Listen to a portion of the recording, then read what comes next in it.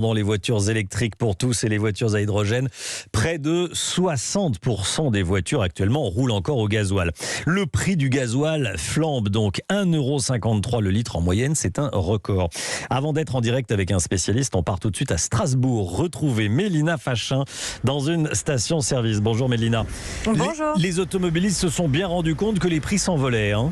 Oui, pour payer leur plein un peu moins cher, beaucoup d'automobilistes vont dans les stations-service de supermarchés. C'est là où je me trouve, mais le gasoil est tout de même à 1,50 € le litre. Nicolas, un peu désespéré, ne peut que constater cette explosion des prix en quelques mois. Là, après le Covid, c'était plus à, je dirais 45 et 50 € le plein.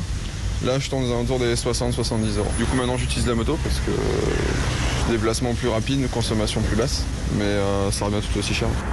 Serge, lui aussi, essaye de faire des économies comme il peut. J'essaie de faire attention à ma conduite. J'essaie de passer sur de la conduite économique ou écologique, ou je ne sais pas trop comment on appelle ça, mais enfin voilà. J'essaie de m'adapter au maximum. Et pour Mokhtar, qui dit augmentation des prix à la pompe, dit économie sur d'autres dépenses du quotidien. Auparavant, je faisais pas attention pour la nourriture. Maintenant, il va falloir songer à diminuer, pas faire de folie, on va dire. Et les loisirs, c'est niet, maintenant c'est fini. Certains automobilistes strasbourgeois préfèrent également aller faire leur plein en Allemagne, mais là aussi l'opération est de moins en moins intéressante. De l'autre côté de la frontière, le gasoil est passé de 1 € le litre à 1,30 € en quelques mois. Mélina Fachin, merci beaucoup Mélina. C'est vrai qu'il y a un des automobilistes qui parlait de faire attention, ça s'appelle l'éco-conduite. On lève le pied, on accélère un petit peu moins et on consomme moins, donc on fait des économies. Bonjour Philippe Chalmin, vous êtes économiste, spécialiste des marchés des matières premières. Pourquoi est-ce que ça grimpe autant le gasoil ? Tout simplement parce que le prix du pétrole, aspiré d'ailleurs par le prix du gaz naturel, se trouve à des niveaux relativement élevés. Lui, il est très loin de ses records, mais on est passé en quelques jours de 70 à pratiquement 84 $ le baril aujourd'hui, et c'est ce qui explique les tensions sur l'ensemble des carburants, avec peut-être un petit plus pour le gazole, parce que il y a une plus forte demande aujourd'hui de ce type de fuel et autres, en particulier pour le chauffage, et étant donné, là encore, cette flambée que l'on connaît sur le prix du gaz naturel. Et c'est vrai qu'on rentre dans l'hiver, donc ça y est, on remplit nos cuves de fuel pour ceux qui se chauffent au fuel. Est-ce que ça va durer ? Bien malin qui peut le dire.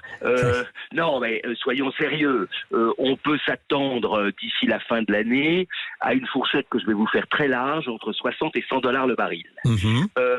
Il est clair qu'aujourd'hui, il y a une assez forte pression sur les producteurs de pétrole de l'OPEP, ce qu'on appelle l'OPEP+, c'est-à-dire les gens de l'OPEP autour de l'Arabie Saoudite plus la Russie, d'augmenter leur capacité de production. Car pour l'instant, ils sont toujours très en dessous de leur niveau de production d'avant la pandémie. Il faut se souvenir que quand même, là je vous ai dit qu'on était à 84 $ le baril aujourd'hui, on était à la fin avril 2020, on était tombé à 16 $ le baril. Donc ils se sont battus, ils ont réduit leur production, et aujourd'hui ils rouvrent un petit peu les robinets, mais ils sont aussi assez tendus par la perspective éventuellement d'une 4e vague du Covid. Donc ils sont précautionneux, sachant que, à mon sens, leur objectif de prix, c'est plus du côté de 70 $ le baril. Il y a de fortes pressions aujourd'hui d'un certain nombre de pays industrialisés en leur disant « Mais bon Dieu, ouvrez un peu vos robinets ». Le feront-ils ? S'ils ne le font pas, avec les tensions sur le gaz naturel, on peut, et il y a un certain nombre d'analystes qui disent on est à la fin d'année à 100 $ le baril. Moi, j'y crois pas, et j'aurais tendance à dire, mais malheureusement, je l'ai déjà dit par le passé, ça s'est pas vérifié. Je pense qu'on est quand même un peu à un niveau de pic, et que normalement, on pourrait avoir au moins sur le pétrole une certaine détente d'ici la fin de l'année. Mais il faut se rendre compte d'une chose, c'est que si je ramène le gaz naturel en équivalent baril de pétrole, le gaz naturel, lui, il vaut aujourd'hui pratiquement 200 $ le baril. Donc il faut quand même se rendre compte que nous sommes en face d'une crise énergétique majeure dont le déclencheur, pour une fois, a été le gaz naturel et pas le pétrole. Nous sommes en face d'une crise énergétique majeure, nous a dit Philippe Chalmin. Merci beaucoup Philippe Chalmin, merci d'avoir été en direct avec nous dans Europe Midi. Cette flambée des prix